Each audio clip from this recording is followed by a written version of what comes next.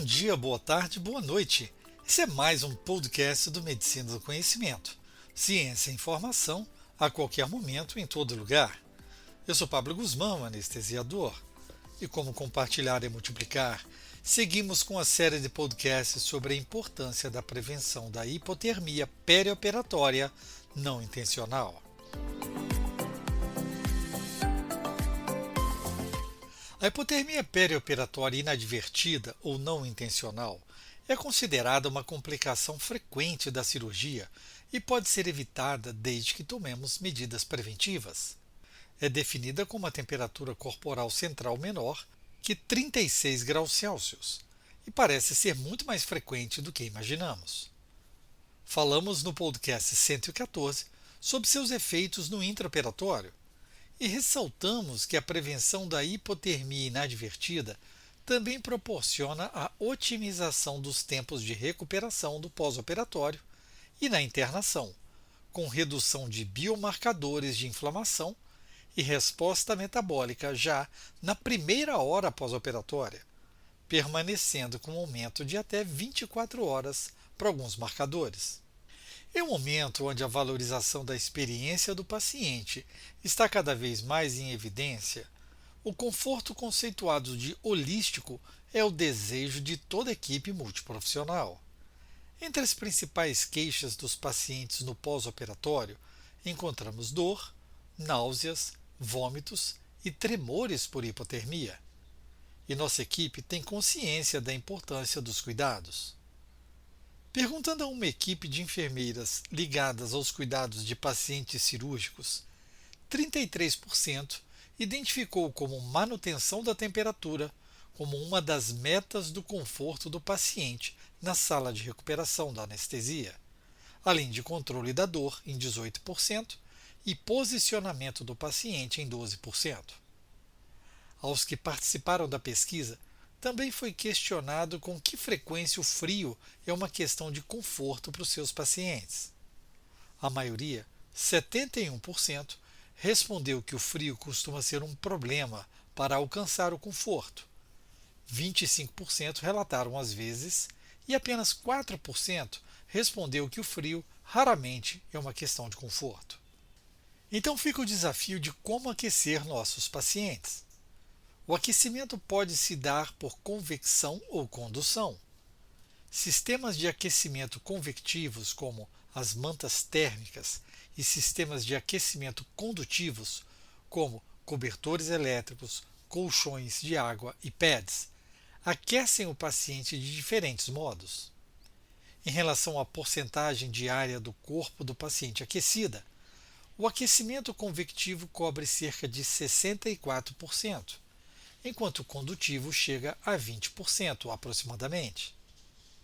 Frente ao modo de atuação, as mantas térmicas promovem temperatura controlada através do fluxo de ar direcionado à superfície corpórea, que circula entre os contornos do corpo, sem pontos de pressão. O aquecimento condutivo depende de contato do calor em pontos de pressão através da condução e radiação, devendo ser efetivamente controlado para se evitar lesões térmicas. As mantas descartáveis são de uso único, prevenindo contaminação cruzada e redução do risco de infecção de sítio cirúrgico. O uso de colchões necessita de rotina bem estabelecida para sua limpeza e desinfecção. Comparando-se às alterações na temperatura corpórea média, o uso do ar forçado pode elevar a temperatura em 4 graus Celsius em 2 horas, enquanto o colchão de água pode demorar até 6 horas para aumento dessa temperatura, sendo mais lento que 3 cobertores de algodão. Importante lembrar que a infusão de líquidos frios diminui a temperatura do paciente cirúrgico, aumentando o risco de hipotermia. Cada litro de líquido infundido à temperatura ambiente ou de sangue a 4 graus Celsius pode diminuir a temperatura corporal média ao redor de 0,25 graus Celsius. A Infusion Nurses Society, organização não governamental internacional ligada à prática da infusioterapia, evidencia que métodos de aquecimento, incluindo mas não limitados a fornos de micro-ondas, banhos de água quente e dispositivos que não sejam expressamente desenhados para o aquecimento de líquidos e sangue, podem apresentar muitas dificuldades para a monitorização da temperatura desejada, além de riscos de infecção não poderem ser controlados. Como aquecer os fluidos intravenosos? Questões podem ser discutidas a respeito da temperatura recomendada de infusão de fluidos intravenosos. Porém, vale a pena ressaltar que, independente do método de aquecimento, pode ocorrer queda da temperatura no trajeto do frasco até a corrente sanguínea, sob influência do comprimento do equipo e das condições ambientais da temperatura da sala, que devem ser considerados e monitorizados. Desafio maior é realizar o aquecimento correto dos hemoderivados. A Associação Americana de Banco de Sangue orienta que os componentes do sangue devem ser aquecidos, se clinicamente indicado, para situações como transfusões ou transfusões em massa e para pacientes com anticorpos reativos ao frio. Quando aquecido, isso deve ser realizado utilizando um dispositivo de aquecimento aprovado por normas internacionais para não causarmos hemólise.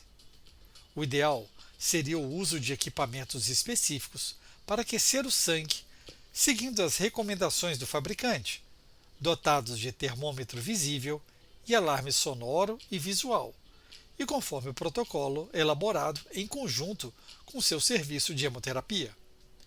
Lembre-se que você é fundamental na busca pela qualidade de atendimento, maior segurança, na assistência e redução de eventos adversos. No texto descritivo deste podcast no seu player, você poderá encontrar o DOI, o Digital Object Identifier, referente aos artigos citados nesse áudio. Esse podcast tem um apoio científico da 3M Healthcare. A 3M acredita no poder da ciência para criar soluções que impactam a vida dos pacientes, profissionais e instituições de saúde, reduzindo complicações relacionadas à assistência à saúde, como a hipotermia perioperatória. Ative a notificação para ser informado quando o novo podcast for publicado. Escute música, informação e nossos podcasts a qualquer momento, em todo lugar, na rádio web www.medicinadoconhecimento.com.br. Abra o link e nos ouça no trajeto do seu trabalho, nos momentos de atividade física ou mesmo naquele tempo onde a sua espera poderia se tornar improdutiva. Ouça os podcasts nas plataformas Spotify, Deezer, Apple e Google Podcast, SoundCloud e YouTube e mais uma dezena de agregadores de podcast. O Medicina do Conhecimento, você é que escolhe o player da sua preferência. E você é o objetivo desse projeto. Daí, eu espero o seu feedback.